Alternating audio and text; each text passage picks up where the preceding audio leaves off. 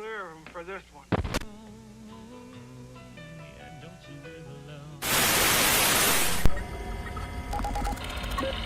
As the carnival drives its wagons across the countryside, you may be wondering, who's driving this thing? Who runs the show at the Dark Carnival? Well, we're about to find out. And it's just a sleigh. At the Dim Carnival.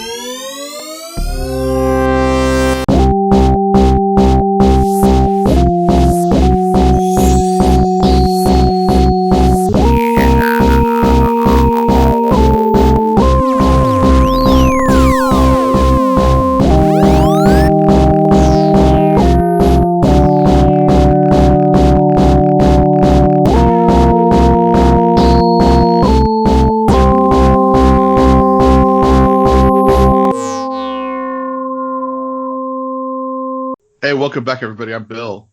I'm Steve. And I'm Ryan. It's a Dim Carnival, a celebration of sorts of the life and the times of two and sometimes more wicked clowns. This week, we're listening to the first 5 tracks off of Ringmaster. And guys, just gonna go ahead and say this album fucking rules. Yeah, man, it's a great album. Yeah, I'm a fan. So I definitely heard and got Malenko first. I may have gotten Riddlebox after I got Jekyll Brothers, but for sure, Ringmaster was at best the 4th Joker's card I heard, and then Carnival of Carnage was the 5th Joker's card I heard. So in my mind, when we were going to revisit the Ringmaster, my thinking was, because, Carnival of Carnage, we all knew was rough. Like, it's going to be tough sledding for that bad boy. Yeah. And none of us had any idea what to expect from Beverly Kills, but it was better than we all expected, I think, is not unfair for me to say. And then I was just, in my mind, always Ringmaster was like, just not quite there yet. But nope, it's there. It is a real good album. And just like, for some reason, I know all of these songs on this album. Well, yeah, of course you do. Yeah, these are all great track lists here. We got all hits on this episode. Bangers only on this one.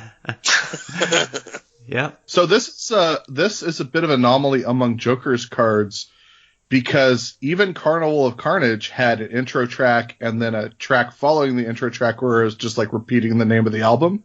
Right. This one doesn't have an intro track. The first track is Wax Museum. Welcome, ladies and gentlemen, to the museum, the Wax Museum. Thousands of dead souls covered in wax.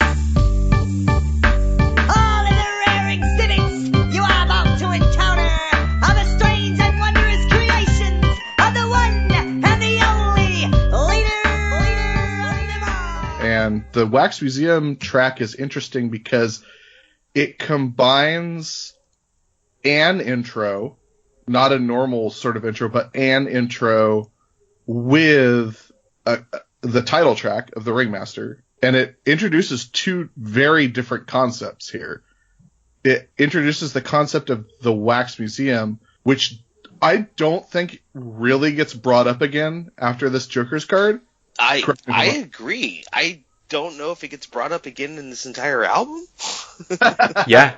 That's probably also true. Yeah, I think it's just a once thing. Yeah. I Basically, think the it was concept just is- a thing they made. Yeah, basically, well, the concept of it, which is a crazy concept if it's never mentioned again and is canon in the Dark Carnival mythos, which is that, like, if you're murdered by the Dark Carnival, you get covered in wax and your body just gets brought on display from town to town. Yeah. Yeah. So that's fucking crazy to keep in the back of your mind as we keep going through all these other Joker's cards. Like, when we get to the part where there's, like, a genie, and then, like, imagining there's a wax museum just hanging out with all these dead bodies. Like the, what's that body exhibit? Is it Bodies? What's that called? Sure. So it introduces the wax museum concept and also introduces the Ringmaster, which I think that you are required by law to roll the lead R on Ringmaster. And in this track, it's explicitly stated that ICP works for the Ringmaster. Right. Eventually, in subsequent Joker's cards, we will establish a hierarchy of sort of the cosmic figures in the Dark Carnival. But as of this Joker's card, Ringmaster's calling the shots, and ICP are his employees. That's Yes. right. Yeah, man. To me, it always felt there was still like this kind of gangster rap-ish feel to the album versus later albums that felt like ICP had figured out their sound. But going back and listening to it with this kind of like attentive ear, it's like, wow, man, when they were recording this, they were like, holy shit, there's some big shit going on here. We have to like figure out this mythology now. Like, how's this all working? And so it's pretty cool when just in the very beginning, you're like, first or second line, they throw out the 6 Joker's cards. So they're starting to lay out this huge story, this big explanation. Yeah. Well, I like what you said about them still having like the gangster rap feel, because I believe it's on the next song, Merry-Go-Round, where there's a line where they say, "We know you love your gangsters, we love you gangsters, and we hope you love us back."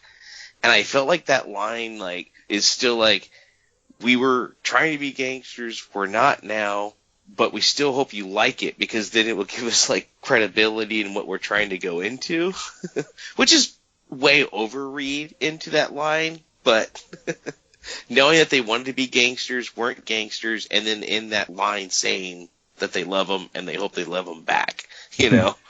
Well, it's kind of interesting because I thought in this track, The Wax Museum, when they say, we're just clowns, like in the context of the words, like the story that they're telling in that track, it's obviously like we're just the workers and Ringmaster is the leader. But I also felt like they're saying, don't beat us up anymore. Like, we're not trying to be gangsters. We're just clowns. That's awesome. That's a great reading of that. Yeah. But I think that by far the most powerful line on the first track is the "Oh us, we're just clowns." Yeah. Like, it carries so much weight, and you can read so many different things into that line. Because even in the mythology of the Dark Carnival, they are just clowns. They just happen to be the ones telling this particular tale that we hear. And who's to say there aren't other minions and clowns and more important characters that are telling other stories that we're not hearing. And also, like, within the mythology of the Dark Carnival, like, there's never a point at which Violent J and Shaggy make themselves out to be important characters in the Dark Carnival. Like, they're the Rosencrantz and Guildenstern of the Dark Carnival. Like, they at no point are like, and we're key players in this whole bullshit. Like, Yeah. they're just clowns. Granted, they're clowns that are of the Dark Carnival, so they have mythological properties, like they can't die, and, you know, they are butt naked a lot. But well, they have special. They're, you know, like Violent J's neck can stretch for miles, so like they have some special powers beyond, you know, just like eternal life. Sometimes they know voodoo. Yeah, right. So I think sometimes they're just lucky enough to be around voodoo that's happening. But here's the thing: in the Dark Carnival army or whatever, there's no rank. They're just clowns, and yeah, they can do some special fancy shit. But you know, later on when they talk about their Juggalo connection or whatever, when they're saying, what track is that? Shit, it's like on Hound Dogs on Twisted's album, where he's saying like that real Juggalos don't want to take a picture with him. They just are like, hey, what's up? Like, you're part of the Dark Carnival or whatever. Yeah, that's something I never thought of. Not only do they not position themselves as important within the structure of the Dark Carnival, they also hardly ever, if ever, position themselves as being better than the people who listen to their music. Which I think is a massive part of why the people who are fans of them are such fervent fans of them. Absolutely. Yeah. I mean, you can hear that it echoes in songs like Mr. Johnson's Head, you know? Well, we'll get there. We'll get there in a second. One thing I wanted to point out during this first track, Heckles and Macabre is the chant in the background. And apparently on the LP and the cassette of Ringmaster, side 1 is Heckles and side 2 is Macabre. Which is kind of cool. Oh. Well, so I made a couple notes about this song. The first is, So the song starts with a person putting a coin into like a fortune telling machine, right? Like a how'd everybody like this gypsy voice? So this is where I want to start. Loved it. Yeah. So this gypsy voice, Sarcastic kid. This is Violent J, right? That's Violent J? I'm sure that's what I took away from it, yeah. Okay. So what accent is Violent J trying to do when he says, "This is very rare"? I think it was a bit closer to whatever it was he was going for before they pitch shifted his voice. Okay. But yes, I love that. Also, I've always felt like the way that he says the Ringmaster's name for the first time has always been very, very terrifying. Yes. This is something that I'm going to talk about in next week's episode, but I do just want to drop a little tidbit out there of there's a lot of tracks on this album that are genuinely spooky and scary in the horror movie sense. Like, they do a very effective job at creating that production and that sound of making it spooky in the sense of like, oh, this is a good mood they've created, as opposed to like Carnival of Carnage or Beverly Hills, where we're like, whoa, this is rough to listen to. This does not make me feel good. Yeah. Yeah, I feel like in some cases all of the music is actually, there's no music. It's just lines of dialogue from like what I assume are horror movies. My last note is, and I'm not sure if this should go more on this track or the next track, but somewhere in between Wax Museum and Murder Ground is the famous first of, this is the first time that they're overtly using like iconic carnival music as the produced track. Yeah. Yes. And it works. Yeah. Yeah, I feel like and I think that's probably my harshest criticism of this album is that it hasn't ironed out that ICP sound where you're getting that carnival, circusy, joking, scary mixed together, whatever. But then there's still the like gangster rap part, and they haven't fully abandoned it to just embrace their actual sound. Yeah, definitely. Because of going into the next song, how like this song has this like carnival flow and very happy, and then it ends. There's this little skit I think that goes into Murder Go Round, and then like the music's like da da da da da da da da da. It's just like feels like all of a sudden you're driving in this like car and you got a flat tire. That's how I feel like going into the next song is. But I love the song. That's the other thing. But that's just how I feel when you go into it. No, that's like exactly what I said, that this song is like this is what I wrote, is like, it feels like it's down tempo. I don't know if it actually is down tempo, but it just feels like it's like a dreary and kind of flat song. It goes back to the exact formula of Carnival of Carnage. It feels like it would be a song on Carnival of Carnage in the beginning. It doesn't continue, but just that first part at least. Yeah, and I think that's why that's what scares you. It scares you. Well, I think that's why I just never got like super into Ringmaster. Yeah. Well, I'm really enjoying re-listening to this album, especially after, boy, we really waded through some shit to get to the second album, and it's just gonna keep going uphill for a while, and I'm really excited about that. But the last thing that I have to say about this opener, I just want to pay attention one more time to, and we talked about this in the intro to Carnival of Carnage when he like says gentle like 3 times. There's this very specific storytelling quirk that Violent J has a bunch, and it's the very last like line of this opener track where he says, "Only to surprise you and yours at your very front door." Like, he adds these modifiers in to like really stress like it's actually you that it's happening to. And your very front door is so emblematic of like when Violent J tries to stress something but doesn't. Like, he's so verbose and clever in a lot of ways, but this is just one of his quirks that he continues to fall back on. Well, sure, and right before that, he's just thinking of every kind of outdoor thing that he can think of. Yes, that was in my notes. I wanted to bring that up. Over the mountains, through the valley, up, and I started like writing my own after that. Like on your front porch, running on your runner carpets, through your bedroom door. Like. Yeah, it was hilarious. Yeah. He also says, "Oh, ever so overdue." And then he says, the Ringmaster rises up and lifts across the sky, but he's not like saying why or how, but he's just like, he's taking you on the ride of your life, but like, he just like flies over all the places he can name. But he's taking you on the ride of your life to your front door, and that's the surprise.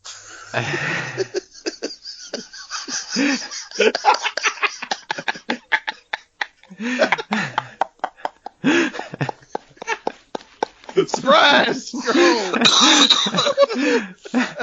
Well, I think it's cool that I mean, they're really working with a lot here. So they're fleshing out what the Dark Carnival is, and that people go to the Dark Carnival, and then there's this guy who is in charge of everything, and he decides whether you are going to go to heaven or hell or whatever. And then inside this place where you're at, there's a bunch of other shit going on that you can like check out while you're there, I guess. Yeah, there's sideshows. So there's a wax museum, and there's some rides too. There's a merry-go-round. So like, come on down. We're gonna go on the next ride. Trying to creep, I hate to say I never knew ya. Once upon a time in a ghetto zone, a 10-foot lead pipe slapped up my dome. I'm laying in the street with blood oozing out my head. Excuse me, motherfucker, was it something I said? Forks up, forks down, man, forks sideways. Then he grabbed my finger when he said, crime paid. The And only you other get a thing- free ride. I love that voice. That's the first time he does that, I think. Yeah.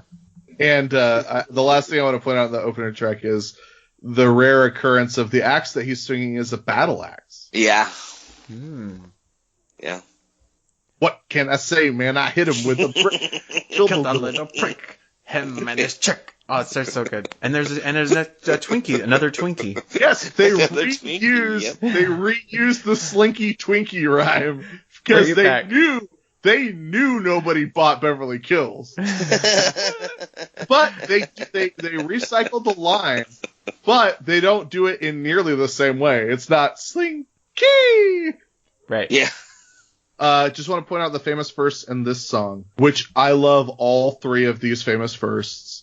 Famous verse number 1, the most famous of the famous verse. The first instance that they say juggalo, and it means juggalo. When they say, nobody fucks with a Jokero juggalo in the last verse. Every other time it was juggalugalo or like juggla or, jugglin'. He calls himself a juggler in it. Nobody fucks with a Jokero juggalo.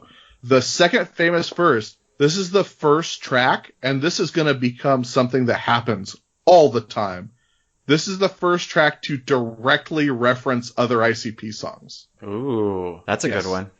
Wow. Because he says in the Ha, Right. and also references everybody singing that Southwest song. So that's two references to ICP songs in this ICP song. I think is awesome. And then the third famous verse, which I also love with all of my heart. This is the first time one of ICP interrupts another ICP member's rhyme. What? I got shot? Yeah. It's so good. Yeah, that was in my notes. Love it so much. I love that too. So when this track came up, this was the first moment where I was like, "Oh fuck, I know these songs. I know at least this song really well." Because what can I say, man? I hit him with a brick is like a really iconic opening line. But in the middle of the first verse, one of the things that, for whatever reason, I associate so much with just like when I think about ICP, and it's him going, "What a motherfucker! What a How you gonna fuck with a wicked J?" Yep. So good. And I love that. the Yes. sound effect of him getting hit with a 10-foot lead pipe. Yes. Well, so one of the things is we were talking about the gangster rap or the gangbanger aesthetic that they become less associated with over time. And one of the things is the gang signs. And so Ringmaster on the cover of the album, he's got his hands, Forks up, forks. yeah, forks up, forks down. And they actually say that, in the lyrics here, representing, gang signs. Nice. Yeah.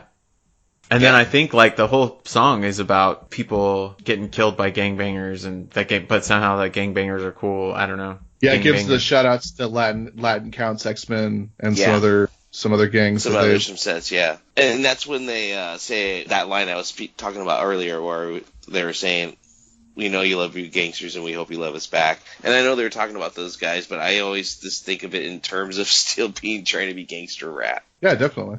We love gangbangers and we hope they love us back is pretty... It ain't subtle. But it did just come off of them, like, giving shout-outs. But this is... the we love gangbangers and we hope they love us back. This gets into what Ryan brought up in the first track. The follow-up line is, we just some wicked clowns and it's been like that. Mm-hmm. Which is, again, way more overt way of them saying, like, we're just clowns, is now they're saying, like, look, we hope that the gangster rap set likes us too, and we're just clowns. And that's now what we've always been. I feel like this song, it's got some moments, like a lot of the times when they try to be gangbanger and talk hard or whatever, it really falls flat. But when they ratchet up the like absurdity of it, I think it makes it a lot more fun. And so like in the beginning, I don't like those lyrics as much, but then when Violent J says, Pops opened up, Pops hit the flow, and he's just like, I feel like when he like injects his like swagger to it, instead of like trying to sound hard, but just sounding like flavorific or whatever, however he might describe it, like that is a lot more interesting and it's a lot more fun. For me, this song turns a real hard corner into like, oh shit, when he does the into his head, into his boy's head, into his boy's head, his boy's head, his boy's head. Yeah. 5 fucks in the trunk guy to live it. Like, because it's such a cool like rhyme and flow to do. Because it's just like it could very well be just like him styling on what he's saying, but it's he immediately clarifies, I just killed 5 people. Yeah. Stabbed him all in the head. Get a free ride. It's such a good... It's like, it's like when someone hits a fucking crazy spot in a wrestling match. And you're like, oh shit! Like, that's what that line is for me. Is there a sample of the Tarzan yodel? Yes, there is. Okay. I just wanted to make sure I was hearing that correctly. One thing I wanted to, because we're talking about, because the hook, murder go round, how you gonna fuck with a wicked clown? We didn't really bring this up in Carnival of Carnage, although it is rife with it in Carnival of Carnage. But something that I just sort of was always cognizant of, but never really like gave thought to, is later in ICP stuff, they'll bring in singers, they'll bring in people to do hooks, they'll sample hooks more often, they themselves will start singing things more often. But in the first several Joker's cards, almost invariably when they have a hook or a chorus, it's a chant, which I don't know if it's because of like a function of like them doing gang vocals on all these chants, but it feels different from other rap and other gangsta rap of like doing a chant as a chorus as opposed to how normal rap handles a chorus. Wow, man. Yeah, wow, that is crazy. That's cool.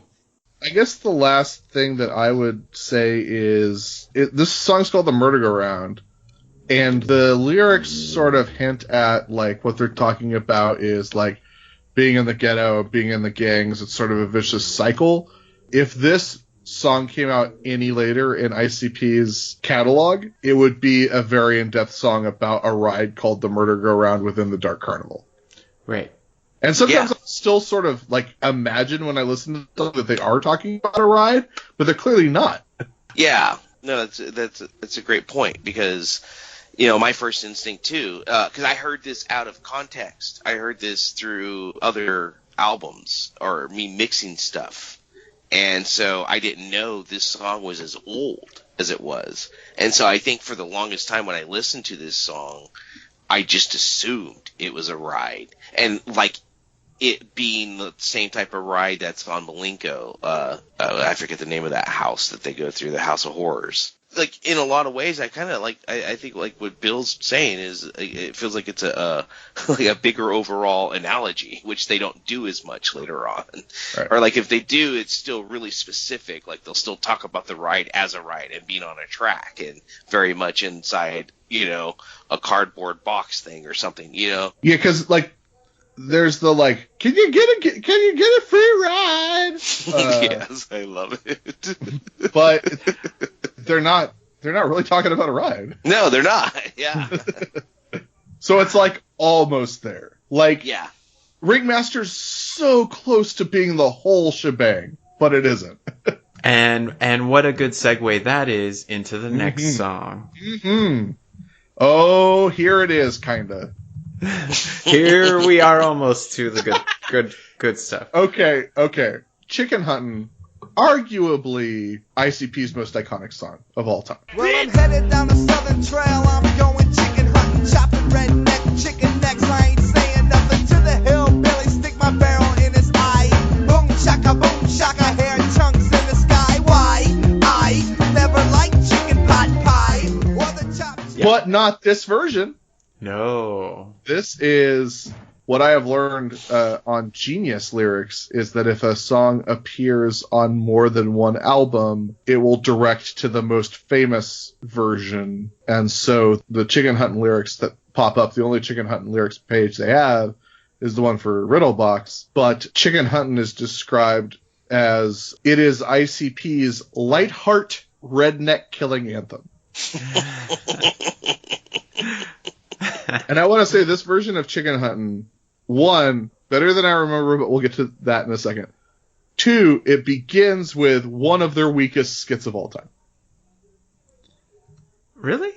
It's fine, but there's no teeth in it whatsoever. Well, that's true, but I feel like this is what I wrote. Great skit.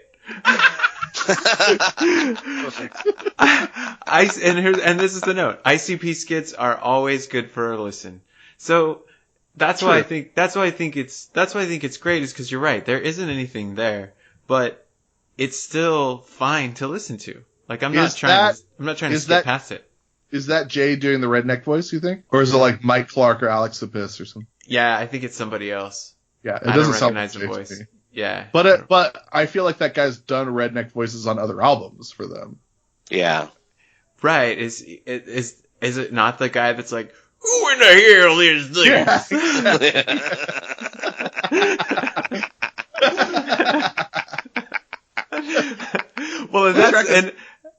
do the same. Well, they do. So here it is, folks. They do the same song on the next record, but they change it. It's called the Slaughterhouse Remix, and they also do the skit again at the beginning, but they do it a lot better. Way better. Way better. Way better. I think the thing that I take exception to about this skit, because Shaggy's great in it, obviously. The voice itself is funny that the redneck is doing. Mm-hmm. But I just think it's bad comedy that the guy doesn't understand what Shaggy's saying, because you would have to be real fucking stupid to not get the words that Shaggy is saying. Because like just the line before Shaggy drops the ending of the skit is the guy seems to fail to grasp even the simple words and the order in which Shaggy is placing them. Well, okay, so that chicken what? So, I don't know, man. I think it's pretty genius, actually. Okay, we've just convinced me that it's fine. I want to say this is the note I wrote in all caps for this version of Chicken Huntin'. Smooth. Yeah. I think the music on, especially the verses on this song, fucking groove, man. It's pretty nice. Yep. Yeah. It's like a slide guitar or something. I don't know what the music is. Yeah, but yeah, he's just kind of sitting back on a porch swing. It's like a low and slow cruising song, kind of. It's just nice. And this version isn't as good or as strong throughout as the other version, but it's nice and refreshing after being like having heard the other version so much. Okay, but isn't it so crazy that the lyrics, like, it's the same recording of the lyrics on both? Well, I think that there are a couple tweaks. Yeah, for sure.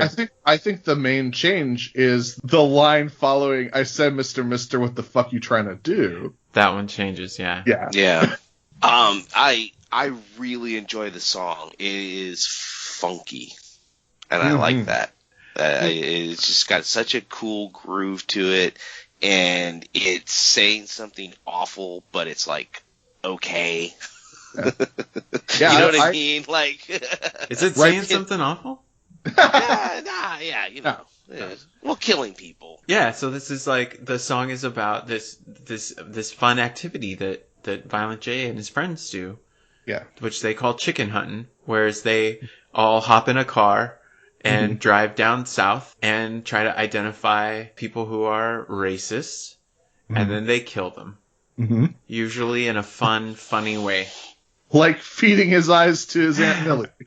Yeah. Yeah, like you take like your rebel flag and you take like redneck hoe, but then you get to chicken hunting and you're like, okay, they figured it out. Like this is tremendous. This is the premium content, right? Yeah, hit them with a 12 gauge bucket. Chicken nuggets. They turn the phrases so well. Just like the simplest stuff is just such a delight. Like, Willy chicken neck, chicken hunting. Gotta love it. Like, yeah. I'm heading down a Southern Trail. I'm going chicken hunting. Chopping redneck chicken necks. I ain't saying nothing. But, like, to me, the quintessential Shaggy Too Dope line. Boom shaka, boom chop chop bang. I'm too dope and it ain't no thing. Like, so good, man. Well, the next line is like one of the few times that Shaggy whenever he pulls out like a really well written rhyme. Right. Two cut a chicken, triggers clicking, blow off his head, but his feet still kicking. Yeah, and also love his delivery of "last as long as you can, my man." Both of their voices are completely on point. Every single note is like a fucking Whitney Houston song. Two things I want to ask you guys about. Let me get a chicken sandwich with manwich. I wrote that down too. One of the great mysteries of our age. Is he saying he wants a chicken sandwich like with manwich slop in it, or is he getting a chicken sandwich with a side of a manwich? Yep. Or is he saying that he wants a chicken sandwich, but the chicken filling that he wants is manwich, by which he means a human man, a redneck that he has murdered? Wow. Oh, god damn. Wow. He's finna wreck on a chicken neck case. You thought about that a lot. No, this is off the dome. But chopping up Hilly and Billy Bob Billy, because I chop motherfucking redneck silly. God damn, this song is great. But my other question, which for me is an eternal question, is, who's going chicken hunting? We's going chicken hunting. Who's going chicken hunting? We's going chicken hunting. Who's going chicken hunting? We's going chicken hunting. Cut a motherfucking chicken. What is the word before right? I would have. My first instinct was now, which doesn't make any sense. Nope. I think it sounds like it says now, but he doesn't ever really sound the P, which is just Violent J like freewheeling. But I think for years I said now when I sang the song, but I think it's pretty clearly up.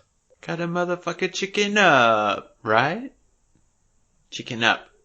But they say lots of things that don't make sense, so I don't question it when it doesn't make sense to me. So I was like, whatever. Oh, if I thought it was now, I would be like, yeah, it's fucking now, because it doesn't need to make any sense. Yeah.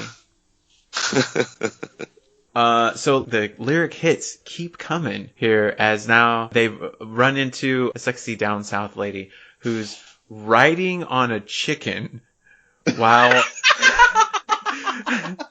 while milking a cow, hitting switches on a drop top low ride tractor plow. So is she riding on a southern man? Chicken.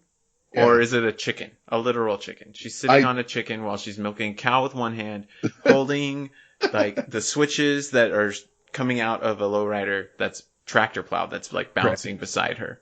Yeah. That now, if that's not an amazing visual image, then I don't think that you're gonna like this band. Just the sheer simplicity, wordsmith, and joy in his delivery of "Went to Kentucky, I got lucky." Yeah. It's perfect.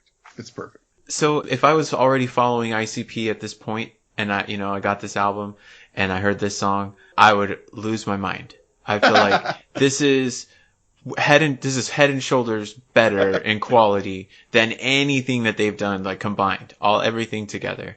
Right. This is hilarious. It's violent, and I couldn't imagine that it could be better. Is this ICP's first masterpiece? No, I mean, I feel like they did a lot more in this than in this one track. They've done a lot more for themselves as a band and showing like what they're capable of doing. So far, I think this is like their best showing. Yeah. I just really dig the music in it. Yeah, it's very good. I've never really been a fan of this song, so technically I like this version better than I like the remix. Nice. And I heard the remix first, and I didn't like it. As did and I. then when I heard this one later, I was like, I dig the groove, and Nice. then I liked it more. And I don't know what it is, but for me, the verse music is so much better than the chorus music. Because before we recorded this podcast, I had to go to Target, and I went ahead and I bumped this version of this song. And like just during the verses, I'm like, yeah, fuck yeah. And when I got to the choruses, I was like, whatever. But then when it gets back to the verse, I'm like, yeah, this shit. Tell him, Shaggy. I would say that's the same for the remix too, though. Yeah, that's fair. All right, So shut up. Mr. Johnson's head. Sitting in my class with my head on my desk. Teachers trying to talk, but I could give a fuck less. I'm staring at the freak that I know I'm in love with, but she don't even know my name. It's always been the same. I just lay my head down and drown in my spit. Nobody even notices I'm here, cause I ain't shit. I'm hearing voices, but I don't know what they saying. Steve and I both know this song because it's a remix of this song is the first track on the second disc of the first Forgotten Freshness compilation. And I could not possibly tell you, because I've listened to this version a few times since last week, I couldn't possibly tell you what the remix is different or how it's different. All I know is that I never liked Mr. Johnson's Head until this assignment. Wow. I agree. Yeah. What? You guys are weirdos. This is awesome. Well, it might be because the remix is bad. Like, I don't know. Like I said, I can't recall the remix off the top of my head. But this song never spoke to me in any way. It was always among the 7 tracks I skip to get to $85 an hour. But, but having said that, listening to this, like, this is a really fucking good song. It is. Yes. Yeah, I agree. I put a question mark next to this Famous First because I don't know whether this is accurate. I believe it is, though. Famous First, this is the first time that one of ICP, in this case Violent J, because it's a Violent J track, first time that they're trying to hide a murder and not necessarily just boast about it or be like fucking out murdering people. Because this song is very clearly more in like a first-person serial killer mindset than a Dark Carnival employee murdering the wicked. Yeah, this is a first even for that, if you want to think about it. As far as once they've established now that they're a part of a storyline and that they're clowns, and then now all of a sudden he's a kid, a nerd in a class. Yeah, man. And this is, I think what I said earlier is that the music in this track, I feel like it really sets a really great atmosphere of this like kind of creepy, sort of off-kilter world that it's almost like he's interacting in this world through this lens of being insane, right? He's got insanity as like his excuse or his reason for Yeah, being. he uses it as a key to unlock his brain at one point in the song. Yeah, this is like this is the natural extension of like that track we talked about a couple weeks ago with like, I bit my tongue off, but I can multiply or whatever like that. Right. Yes, what's up, boss? Like the school system failing someone being a nerd and just picked on and beaten down by the public school system. But this one's just like a weirdo loner that has a secret, and his secret is that he killed his bigot teacher. Yeah, and I think they really set a great atmosphere with the music to make it be this kind of like creepy place. But they're still like so to me, Shaggy's like adult voice. Yes, let's give a big shout out to Shaggy Two-Dope's teacher voice. Hello, class, I'm Mr. Felcher. Like, because this becomes Shaggy's trademark adult voice. Yes. Like, he did an adult voice in that same song I just talked about, where the guy's going through his life talking about how he's a judge, but he does like a how do you play, like, he does like a Andre the Giant voice, but like, and then he immediately sells out that voice. We're like, life in prison, motherfucker. But this is like Shaggy's now at this point stock adult voice, just like like, it's so good. Love it. But then and then the lyrics are I think the lyrics are actually pretty good too, and I really like so my favorite line early in the song is when he says so many different faces that I throw up on the wall. Like the way that he's delivering it is like very calm, and I feel like that makes it really eerie, like how he's not being like super animated or whatever. Like that would almost make it more cartoonish, but feels like this is like more of a serious song, even though there's funny elements to it. I feel like the subject matter, he's actually really trying to be serious. Yeah, this is a better Under the Moon song. Yeah, and actually, now, like, I honestly didn't. The line is so understated and so underplayed that I honestly, I don't think I clocked that he threw up on the wall, like, until you just pointed it out. Like, so many different faces that I throw up on the wall, like, he's saying it in such an offhand, underplayed way that he could be saying, like, metaphorically, he's throwing their faces up on the wall. Well, yeah, and I think I don't know. But then some yell sick and others stop and stare. So, like, he clearly threw up on the wall. But that's part of what makes this storytelling so good, is at this point now, Violent J, as an artist, as a rapper, is knowing when to pull back and when to push forward. Wow. I thought it was just terrible lyrics, and that was what he was able to spit out. And I love this song. No, I don't love this song. I hated it. I like it now, but there's a lot about it that, like, I don't know. Like, that's funny. You guys are reading way more into that than I did. Which is cool. I don't mean that as an insult. I didn't see it like that at all. I was just like, I don't know. I just felt like he was stumbling over words to get through to the violent parts. One thing I wanted to question in this song, his motivation for killing Mr. Johnson is stated in the hook. So he didn't like him anyway. So one, he couldn't take the pressure, meaning the pressure inside his head that he talked about in the first verse.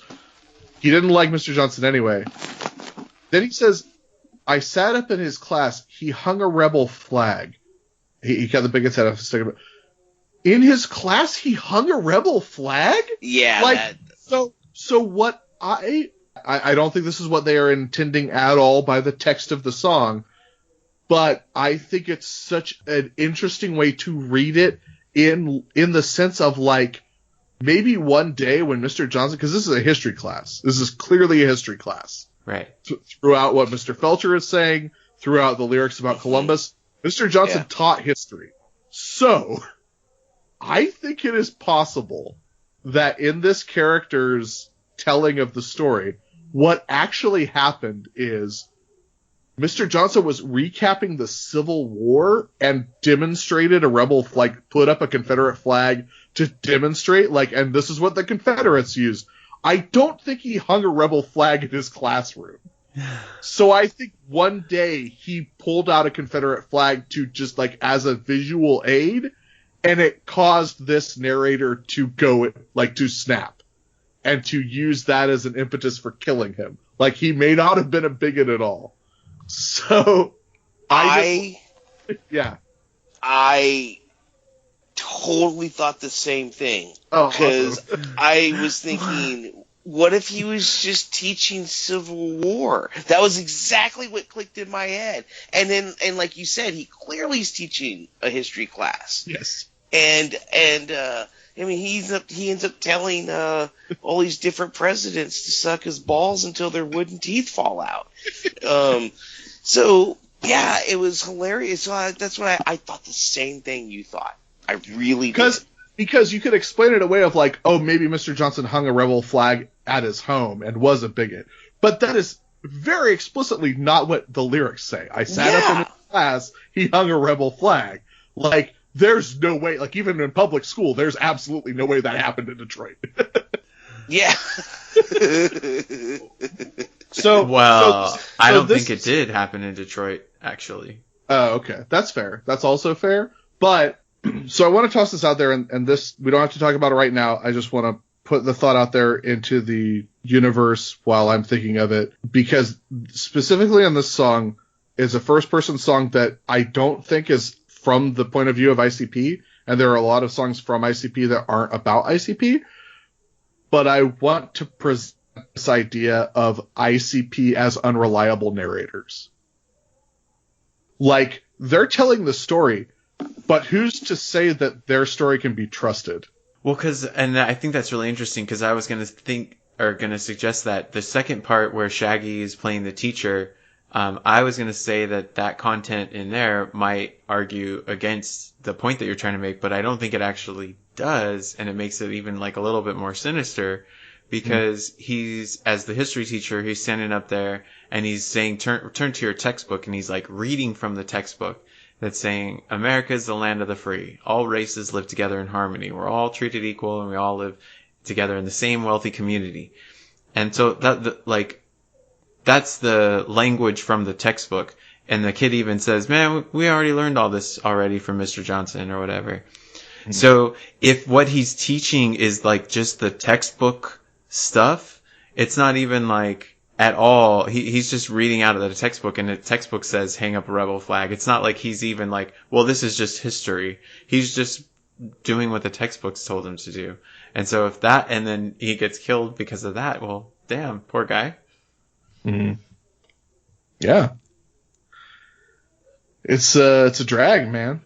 No, it's not. He's a fucking bigot, and he hung up the rebel flag because he's one of those guys. You know that's Violent J. That's allegedly.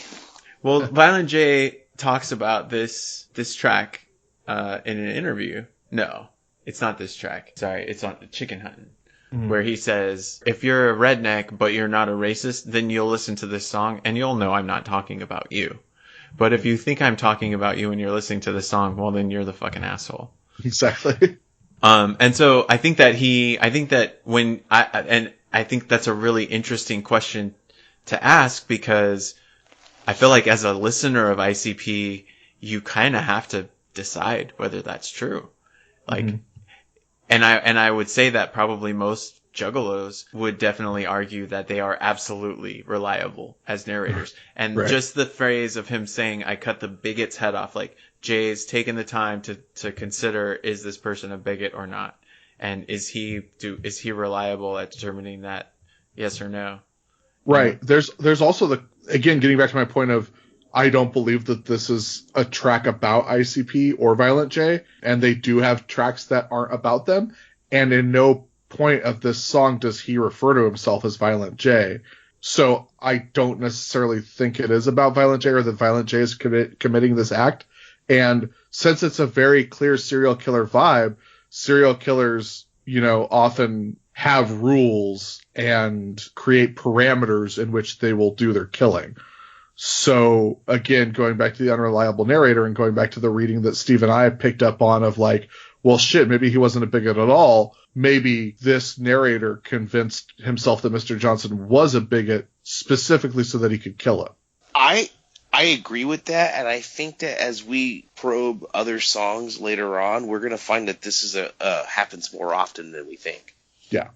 This is great. I love this so much. Yeah. Because I will say this. I believe that they wrote this song about a bigot teacher that they killed.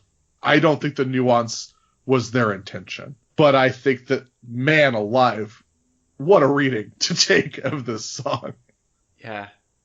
Well, and they go on in other songs. I mean, even like on The Calm, where he's like having these crazy fantasies about following this lady from a club with her boyfriend, and he's like smoking crack and watching them, and then he goes and he kills him, and then all of it ends up doesn't happen. It's in his head. You know what I mean? Like, and that's not Violent J. Yeah. Violent J's not a crackhead. That's a character that's experiencing something, and I think this song kind of mirrors that type of thing that echoes through a lot of their songs, and even in Twisted. Yeah. I really like the turn of Mr. Felcher being like, "Oh, he's been very ill," and Violent J's last verse immediately starting with like, "Look, I left his fucking body in the hallway." Like, thank you for bringing that up, because that was my other note. Yeah, that's such a good reveal. Like, that's such a theatrical. Like, that's just good writing. Like that. There's been a cover up of none of the students know what happened to Mr. Johnson, but there was a horrendous murder, and he quite openly left the body in the hallway.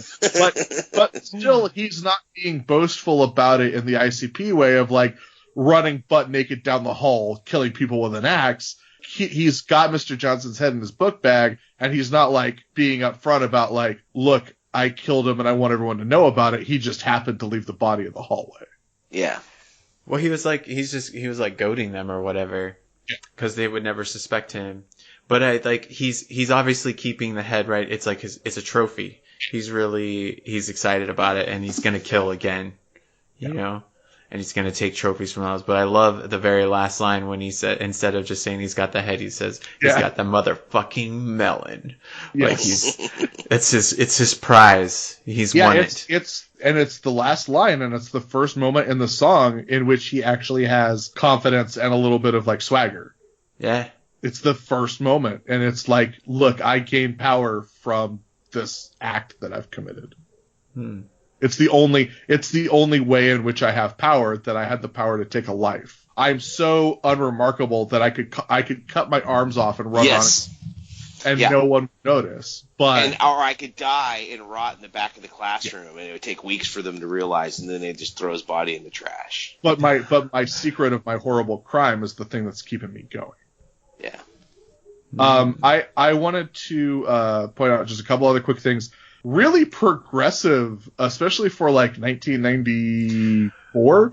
Really progressive. Yeah. Like, fuck Washington Benjamin. Fuck Paul. Yeah. Violent J's been reading some Howard Zinn. He talks shit on Columbus. Yeah. I don't know how many. I mean, what is like one thing? So Washington had wooden teeth, right? But was that like?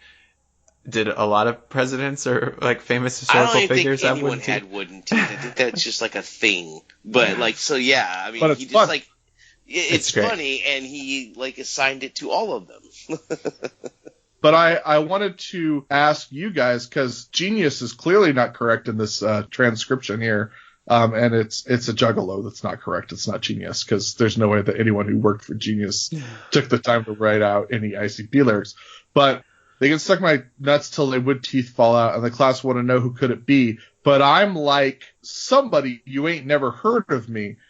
What Genius is they thought he said Dewey Booth, but do any of you have a guess as to what name he actually says there? No.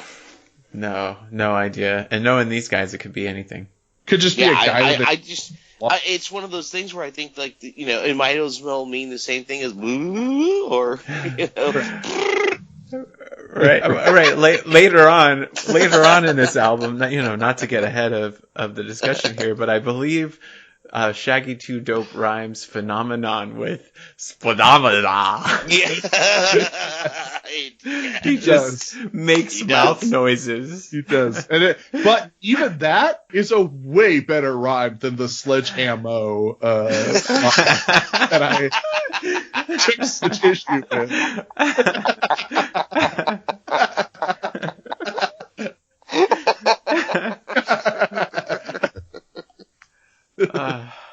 All right, thoughts and comments before we move on to our last track of the week. Done. Let's do it, man. We're going on to the Southwest song. Because everybody's going to sing it.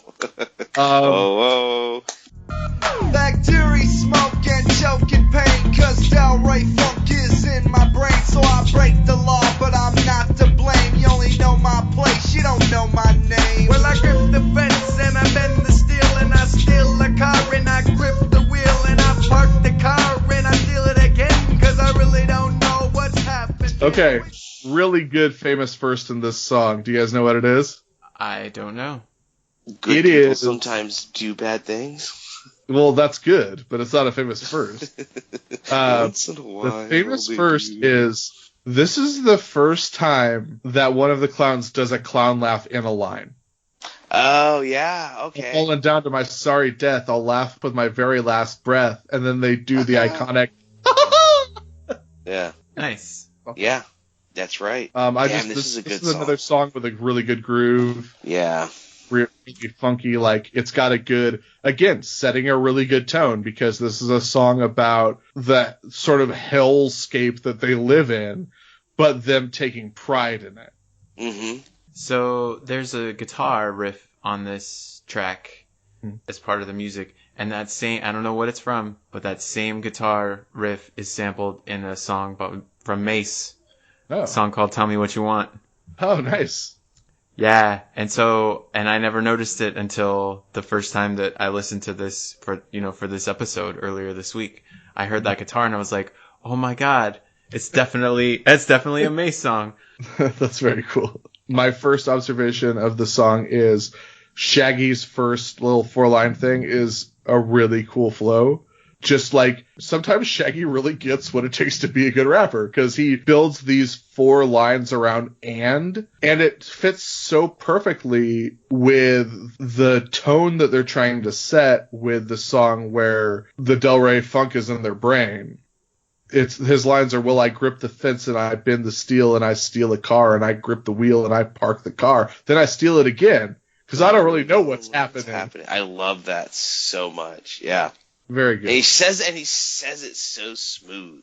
Yeah, I love that. Because I really don't know what's happening. Because like a real rapper, he came up with, or maybe Jay did, as a rapper, he came up with, I'm gonna anchor these 4 lines on and.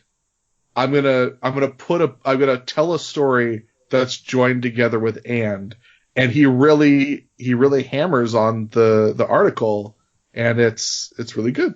Yeah. It's interesting because I think that I totally agree with you, but then I feel like at the end, the last couple of verses is like I'm Violent J and I'm here to say, Right. like it kind of falls apart. That's what happens when you make a 3-minute song a 6-minute song. Right. Well, I mean, this is, I wrote, this is, let's just add 2 minutes of music and scratching at the end. It's like no ICP, every ICP song has to be at least more than 5 minutes long. Yeah.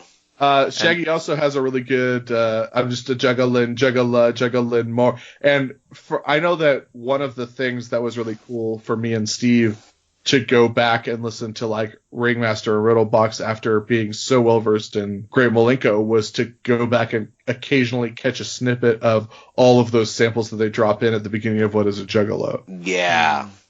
Yeah, it is. And this is another one where they reference another track on the album when my brain is gone as it's on its way of exploding. So get off me, dog! Yep, I was going to bring that. That was in my notes. Good. So get off me, dog! Further thoughts, guys?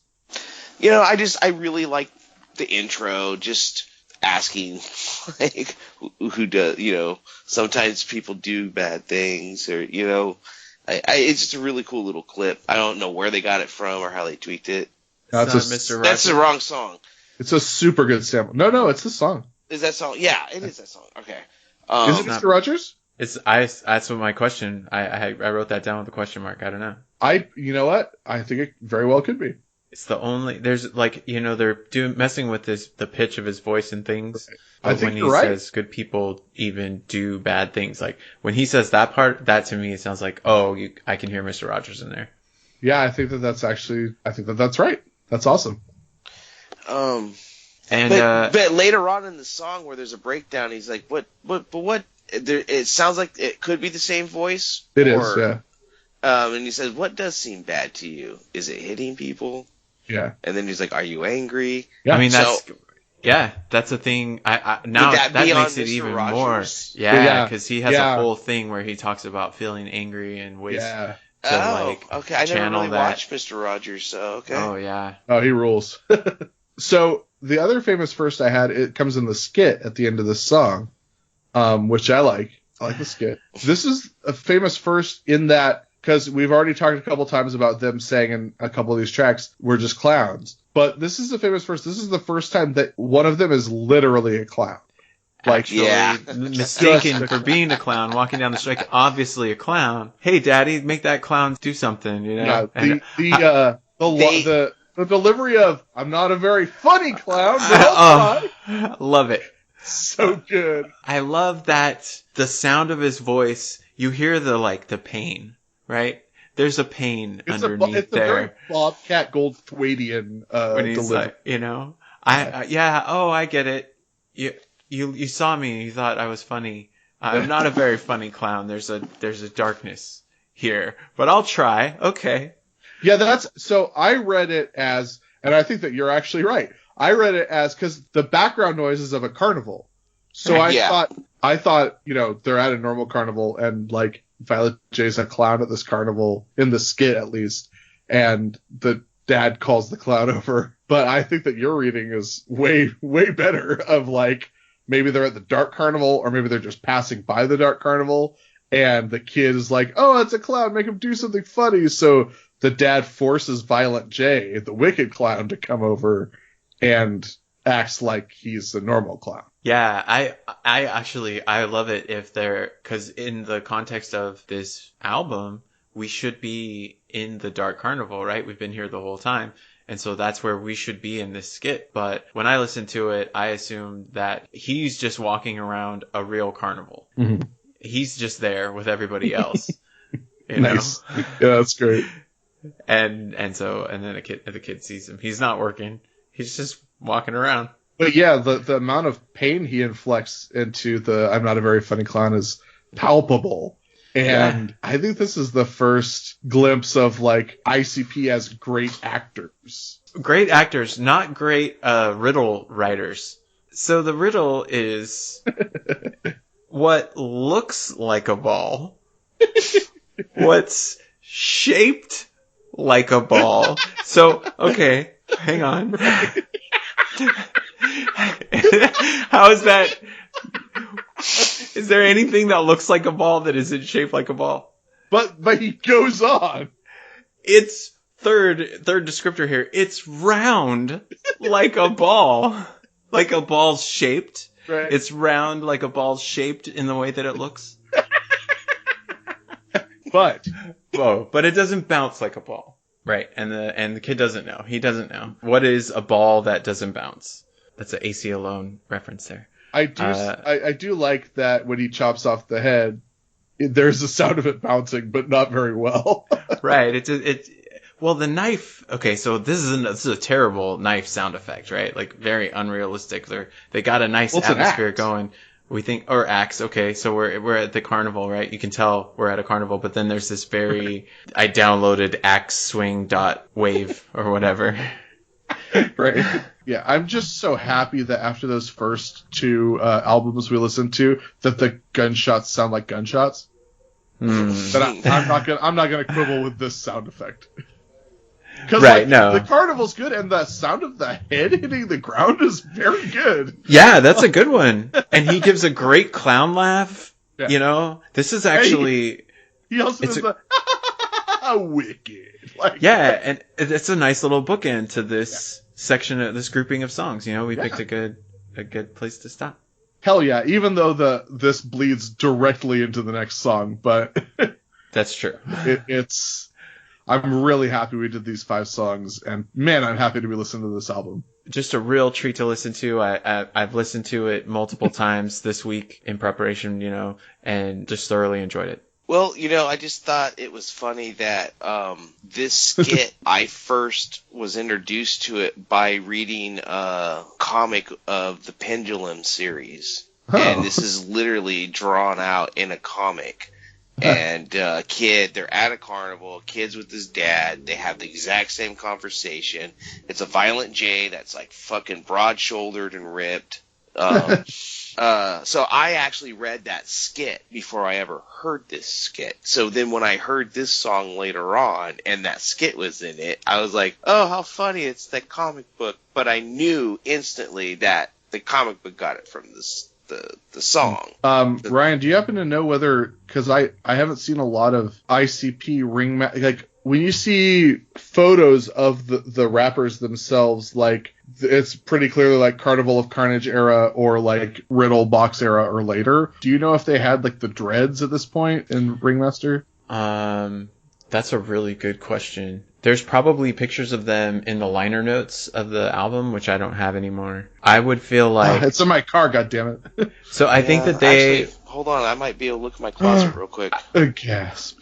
Well, I think that they. While Steve is looking, I think that they were growing out their hair from Carnival of Carnage. They immediately started growing out dreads because by the time they got to Malenko, they had been growing their dreads for years. Right at that point. The thing that was crazy to me that happened in this last week is I recently watched the Homies video, and it was mind blowing to me that they had dreads after Malenko, shaved both of their heads before Jekyll Brothers came out. And then by the time Shangri-La came out, the 6th Joker's card, so between the 4th and 6th Joker's card, Shaggy had regrown long-ass dreadlocks. Like, Well, they might have been. that's crazy to me. They might have been extensions. Sure. And also, like, when you look at pictures of Wraith-era Shaggy, it's clear that he shaved his head again because he grew long-ass dreadlocks and then realized, oh shit, I'm bald. I just feel like, you never know when ICP is going to pop up into the current discussion or whatever. And so whenever they come out or whenever an album or whatever it is, I'm always amazed at their haircuts, whatever's going on with their hair. And their body types. And Violent J's size. Yes. So right now we're in an era of Skinny J, right? We're back to like skinniest J that's ever been. Yeah, probably. He's a young man.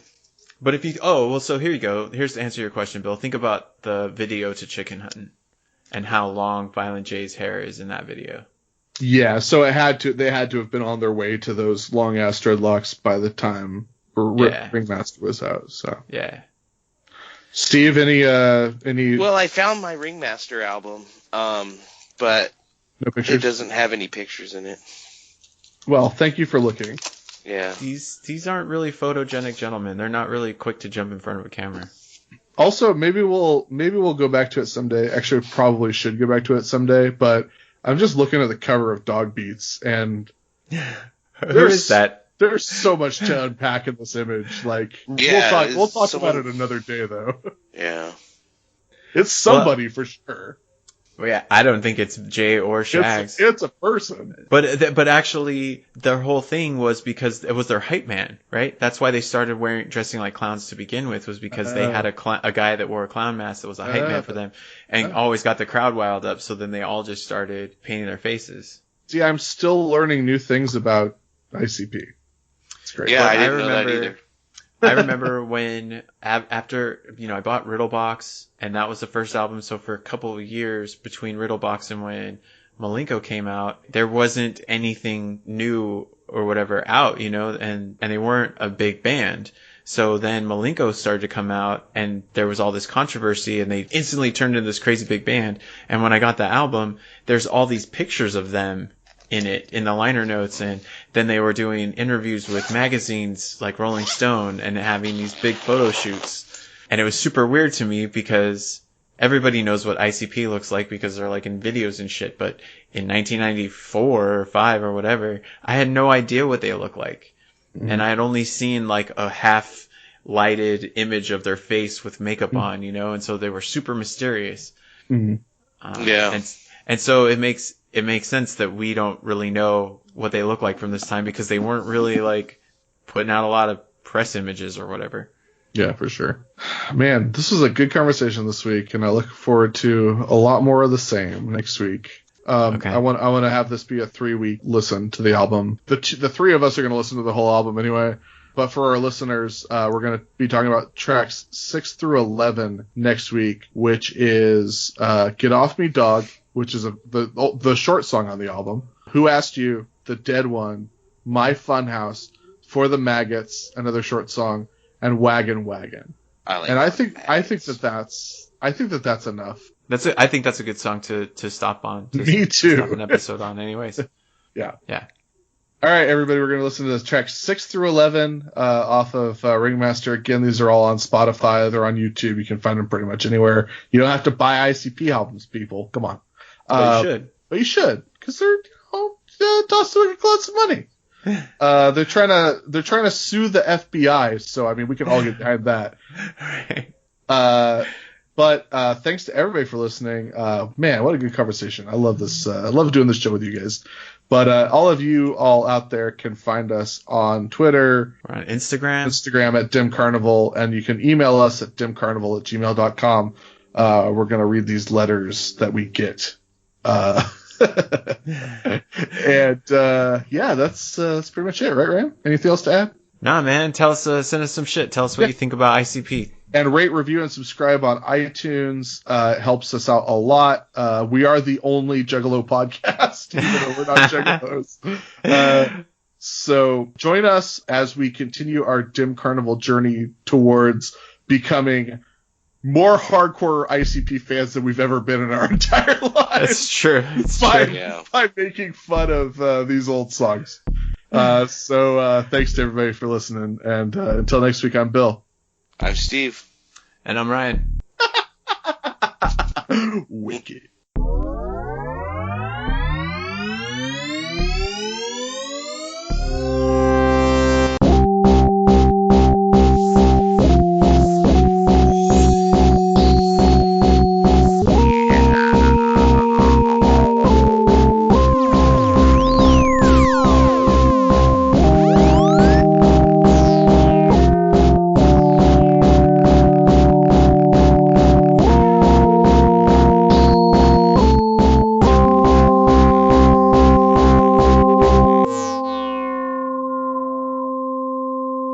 John Boyes taught himself how to use Google Earth to make animated shorts. So I think that you'll be able to figure out sound.